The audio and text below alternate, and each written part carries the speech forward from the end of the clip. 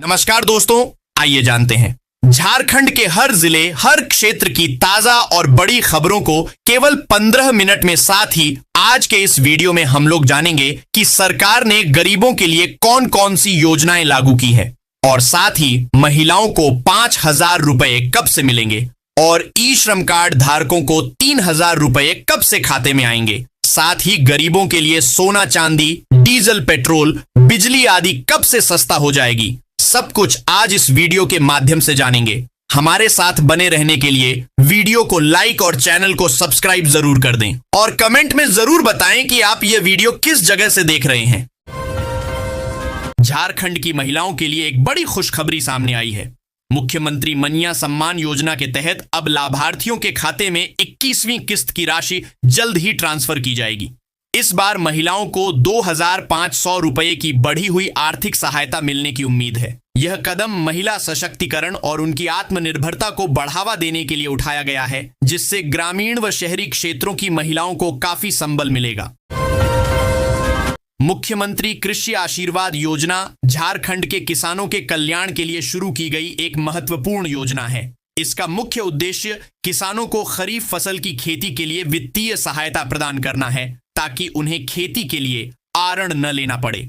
इस योजना के तहत किसानों को 5,000 रुपये प्रति एकड़ की दर से आर्थिक सहायता दी जाती है। यह राशि सीधे उनके बैंक खातों में ट्रांसफर की जाती है। अधिकतम 5 एकड़ भूमि वाले किसानों को 25,000 रुपये तक की सहायता मिल सकती है। यह पहल कृषि उत्पादन बढ़ाने और किसानों की आर्थिक स्थिति सुधारने में सहायक है।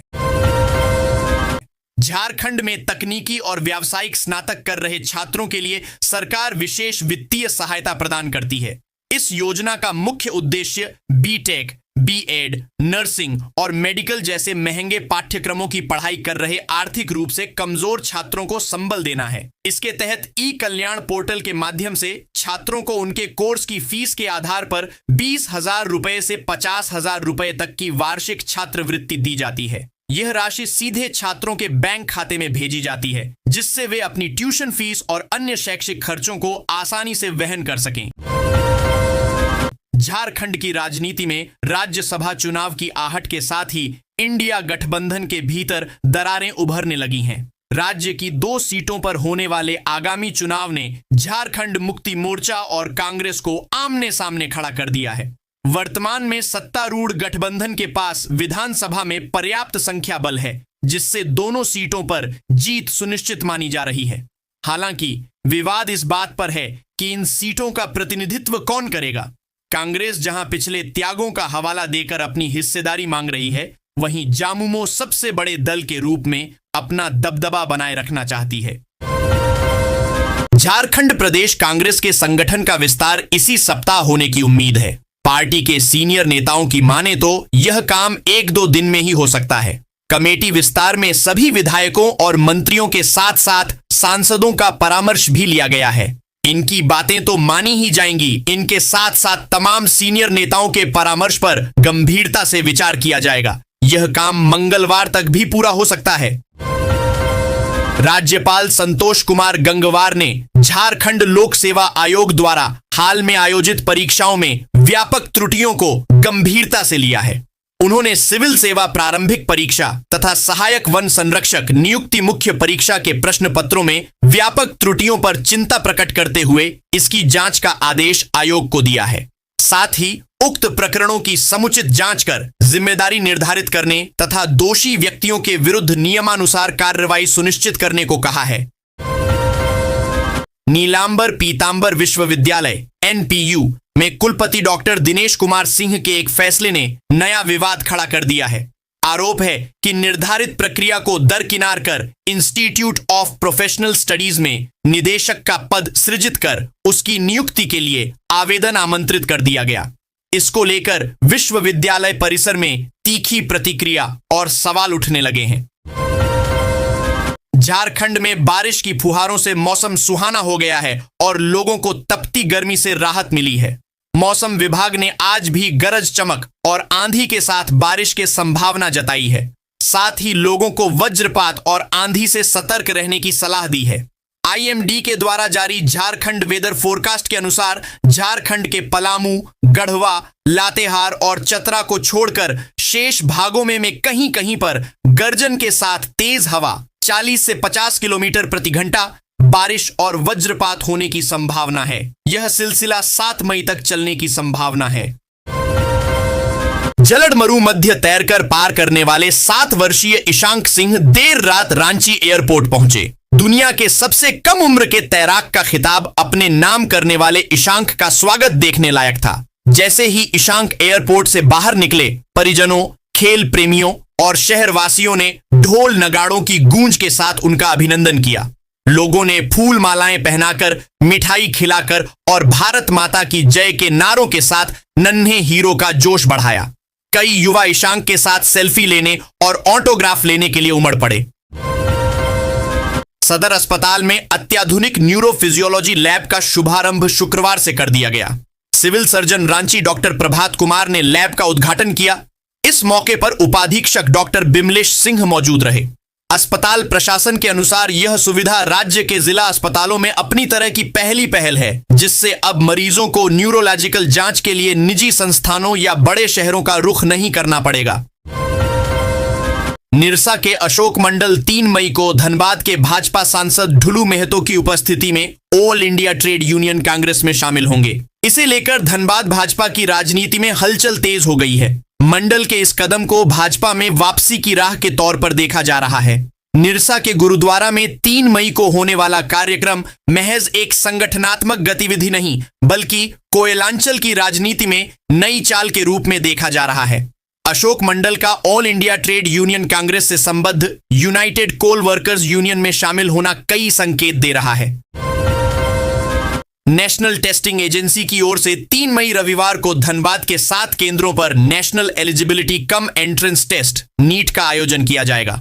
NTA ने पहली बार मौसम और परीक्षा केंद्र के पते को लेकर महत्वपूर्ण एडवाइजरी जारी की है। एडवाइजरी में कहा गया है कि कई बार गूगल मैप्स या अन्य ऑनलाइन प्लेटफॉर्म पर परीक्षा केंद्र की लोकेशन गलत दिखाई दे सकती है। पुणे के कुछ संस्थानों के ऐसे मामलों का हवाला भी दिया गया है।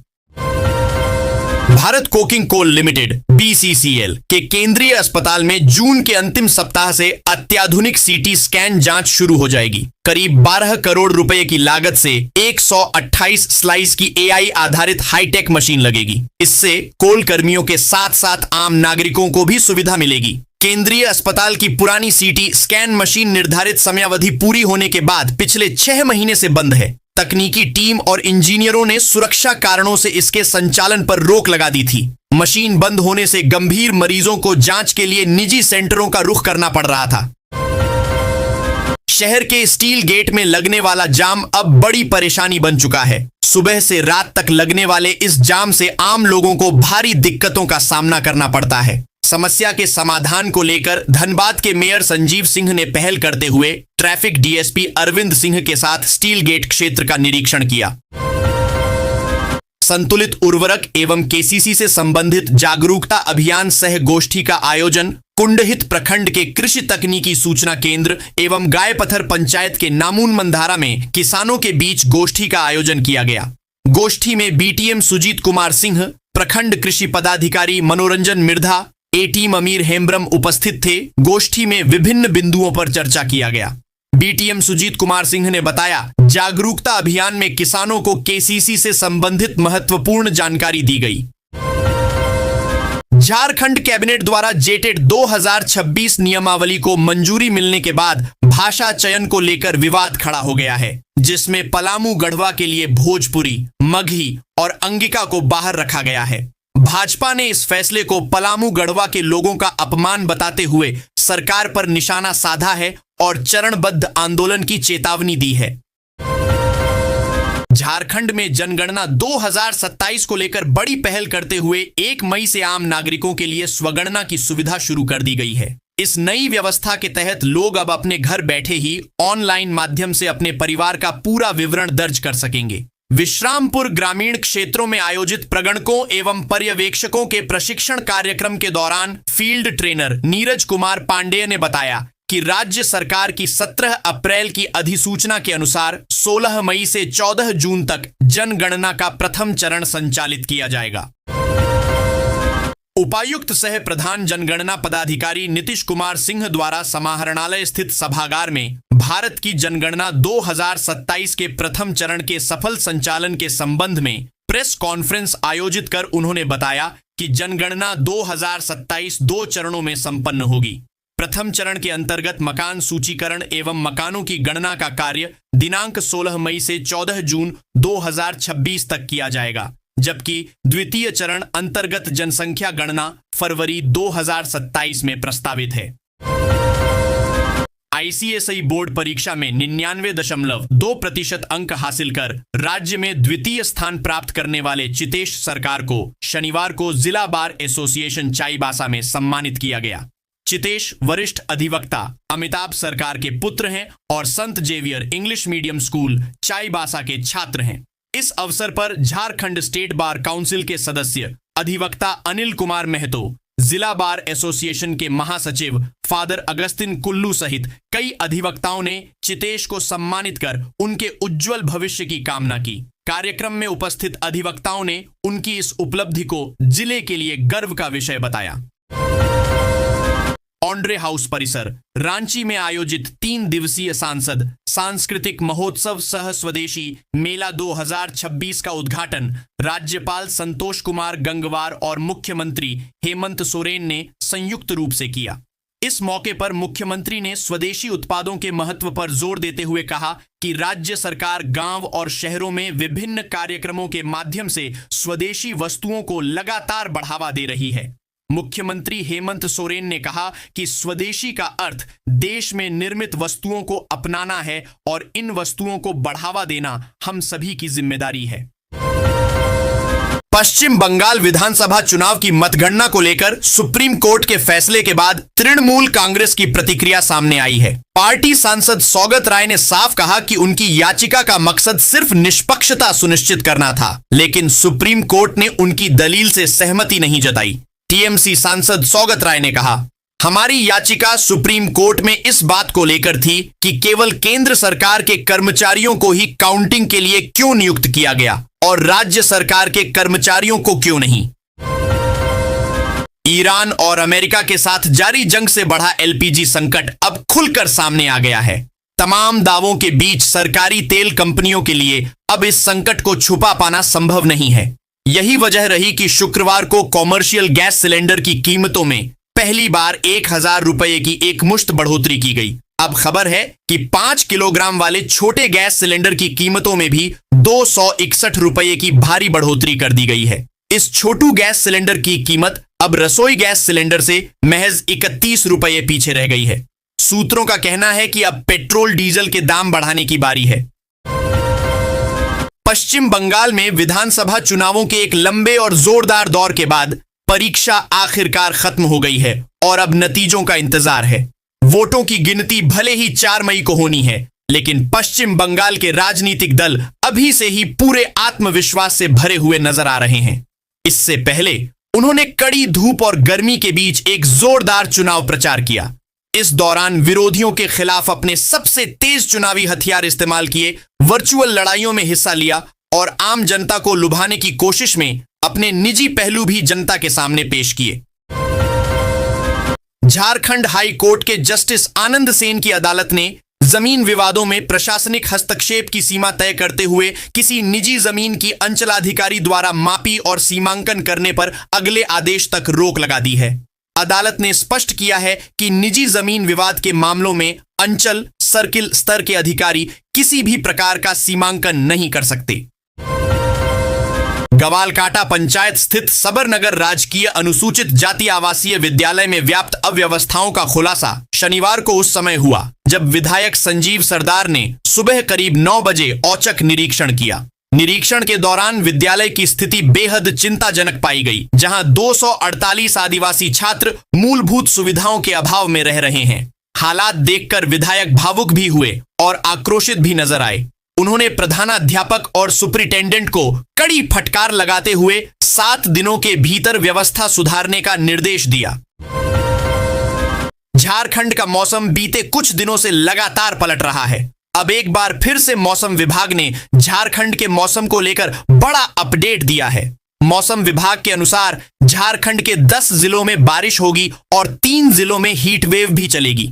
लगातार पड़ रही तेज धूप से लोगों को राहत मिलने के आसार हैं। मौसम विभाग का कहना है कि बारिश और तेज हवाओं के कारण तापमान में कमी आएगी, लेकिन हल्की धूप निकलने पर उमस भरी गर्मी भी शुरू हो जाएगी।